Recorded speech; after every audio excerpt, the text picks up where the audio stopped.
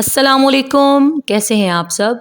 मैं उम्मीद करती हूँ कि आप सब लोग खैरियत से होंगे। मैं भी अल्हम्दुलिल्लाह बिल्कुल ठीक हूँ। Welcome back to my channel. आज मैं आप लोगों के साथ बड़े मज़े की एक रेसिपी शेयर कर रही हूँ जी। चने की दाल की रेसिपी है, बहुत ही टेस्टी, बहुत ही यम्मी और बहुत ही जल्दी बन जाने वाली रेसिपी है।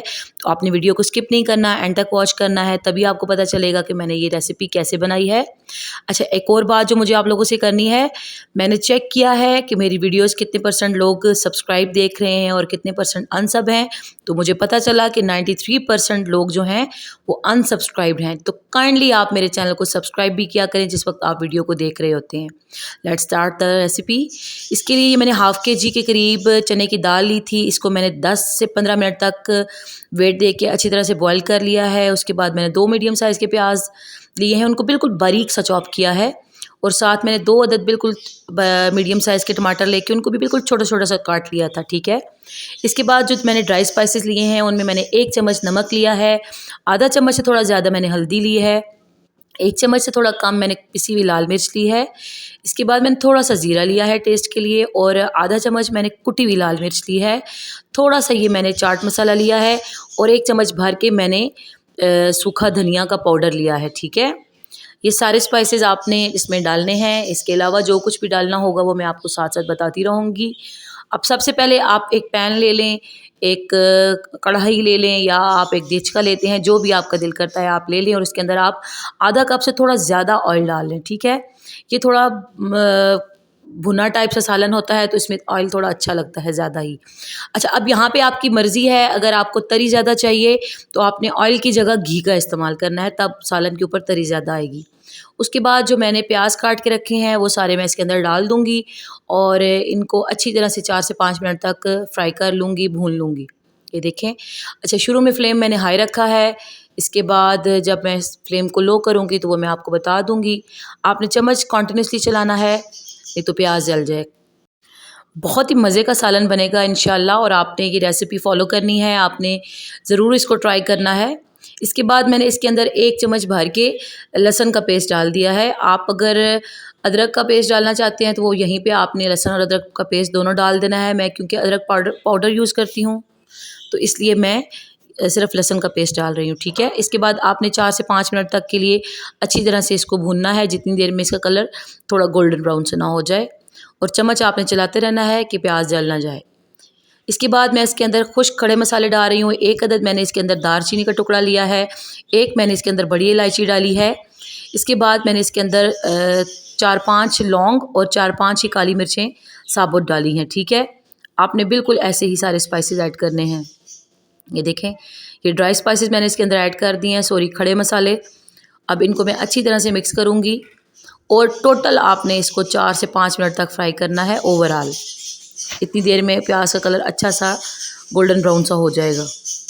तकरीबन 4 से 5 मिनट तक ओवरऑल मैंने इसको अच्छी तरह से भून लिया है। ये देखिए इतना अच्छा सा कलर आ गया था। इसके बाद जो मैंने टमाटर काट के रखे हैं वो सारे मैं इसके अंदर डाल दूँगी और अब इन दोनों चीज़ों को फिर से मैं तकरीबन 3 से 4 मिनट तक अच्छी तरह से भूनूँगी, ठीक है। 2-3 मिनट के अंदर टमाटर नरम हो जाएंगे तो आपने क्या करना है, आपने चम्मच को उल्टा चला के सारे टमाटर मैश कर लेने हैं कि ये जो दाल होती है इसके अंदर मसाला बिल्कुल ख़त्म हुआ हुआ, यानी जो नज़र ना आ रहा हो, बिल्कुल ऐसा मसाला इस्तेमाल किया जाता है, ठीक है। खड़ा मसाला इसमें नहीं इस्तेमाल किया जाता। आपने चम्मच की मदद से बिल्कुल इसको मसल लेना है, बिल्कुल इसको मसाले को नरम सा कर लेना है, ठीक है, प्याज और टमाटर दोनों को। ये देखिए 3 से 4 मिनट तक आप अच्छी तरह से इसको पहले भून लें और फिर आप इसको ख़त्म कर लें। इस तरह थोड़ा सा पानी भी डाल दीजिएगा। इसके बाद जो स्पाइसेस मैंने आपको पहले दिखाए हैं वो सारे मैं इसके अंदर ऐड कर दूँगी, ठीक है, ड्राई स्पाइसेस जितने भी थे। और ये स्पाइसेस डालने के बाद मैं फिर से इसको अच्छी तरह से 2 से 3 मिनट तक भूनूंगी। आप मसाले को जितना अच्छी तरह भूनेंगे आपका सालन उतना ही टेस्टी बनेगा। शुरू में आप मेहनत कर लेंगे तो बाद में आपके सालन का टेस्ट बहुत अच्छा आएगा। इसलिए आपने हमेशा अपने जो आप सालन बना रहे हैं, जो आप खाना बना रहे हैं, उसका मसाला अच्छी तरह से भूनना है, उस पे अच्छी तरह से मेहनत शुरू में कर लेनी है। ये देखें 3 से 4 मिनट तक मैं अच्छी तरह से दोबारा से इसको भूनूंगी और सालन का टेस्ट यहीं से डेवलप होगा, ठीक है। इसके बाद जो मैंने दाल बॉयल करके रखी है वो सारी मैं इसके अंदर डाल दूँगी। अब दाल बिल्कुल ड्राई है, यानी इसके अंदर पानी नहीं था। वो सारी मैंने इसके अंदर डाल दी है। अगर आपको ऑयल ज़्यादा पसंद है तो आप ऑयल ज़्यादा डाल सकते हैं।